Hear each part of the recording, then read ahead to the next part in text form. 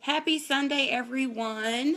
Here I am again. I wanted to do a really interesting videos, and I'm actually planning to do them on a bi-weekly basis. It's called Soapbox Sundays, and I want to kind of push out as much information as possible. As you all know, I did publish my book, Things I Wish Someone Had Told Me Before I Started College.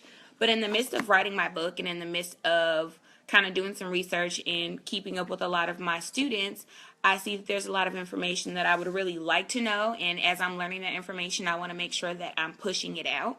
So I've been doing some research and asking some questions in regards to the SAT and the ACT, and that's the information that I would like to share with you all on today.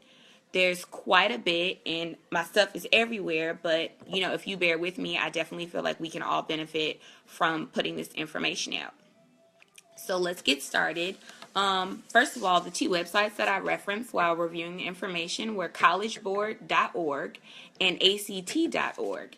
It kind of gave me every little bit that I needed, and I want to go over that with you all on today. First up is the SAT, which is the Scholastic Aptitude Test. In total, it's a 3-hour exam, and if you opt to take the essay, that's an additional 50 minutes. It's 154 questions, and your score can range between 400 and 1600.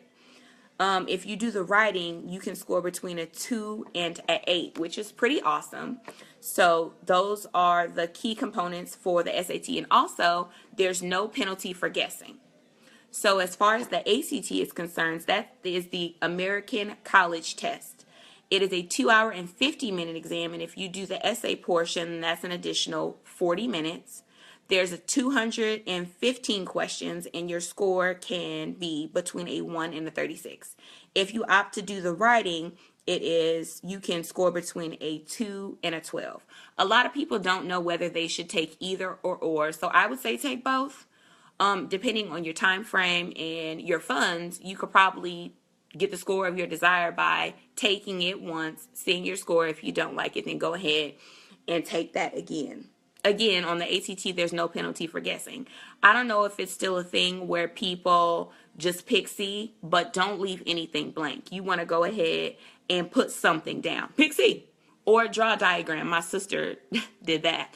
But make sure that you're filling in for each part.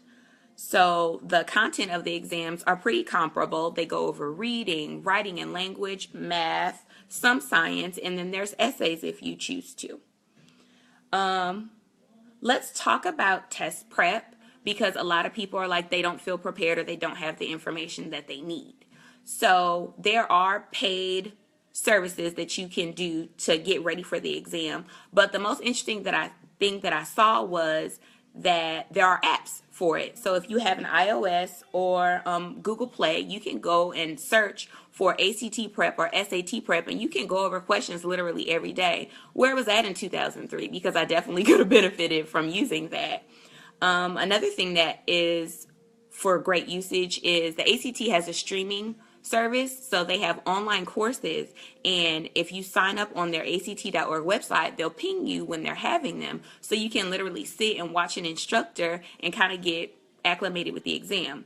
There's practice questions and downloadables for you, but I definitely feel like the app would be fun, especially for this day and age. You definitely want to go ahead and use those free things. Kaplan has paid services, but unless you absolutely need to, I definitely feel like you should take advantage of the free services that you have.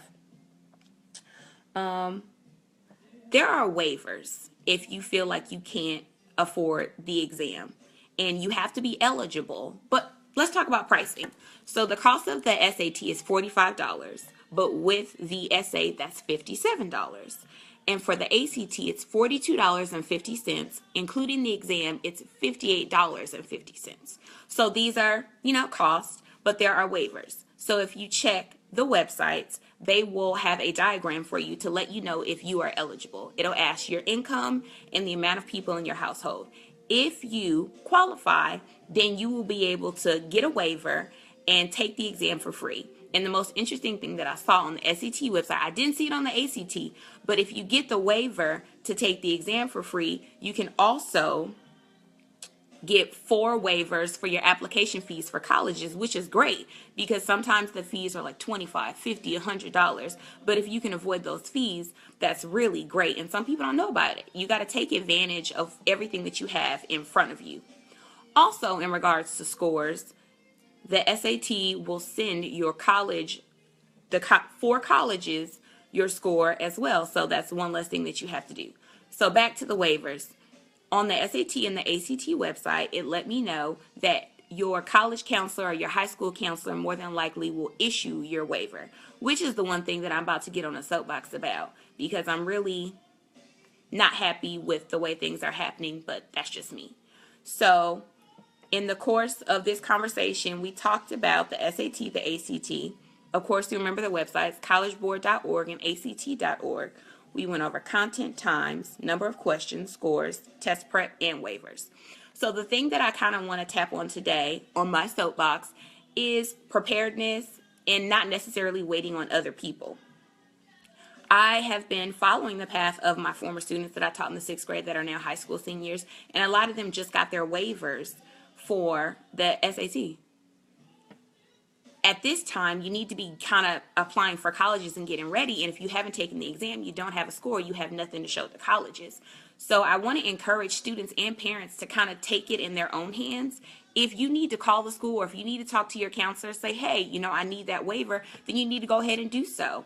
According to online best practices for taking these statistic exams, are to take it in the 11th grade. So if you wait till the first semester of the 12th grade, you're kind of at a disadvantage. You want to do these things ahead of time. So I encourage everyone not to wait on a high school counselor, not to wait on anybody. If you need to go up to the school or you need to call, that's what you need to do because you need time to do these things. If you take it in the 11th grade or even over the summer, you at least have an opportunity to take it again. But waiting till the first semester of high school, it puts you at a true disadvantage, and that's not what we want. So, again, if you need to call ahead, do it. If you need to ask questions, do it. Don't wait on the counselors. I know from my personal experience when I was in high school, in my opinion, I felt like my counselor was more interested in getting me out of high school than getting me into college. So a lot of times, parents and students, you have to do the research and you have to make sure that your child or you have everything that you need. So I want to encourage everyone to do that today because it's crunch time, especially if you're a high school senior. But there are some upcoming SAT and ACT dates that I can go over with you so we can kind of get things expedited. I would say taking it before the end of 2016 would be essential. So there's 3 dates for the SAT and 2 for the ACT.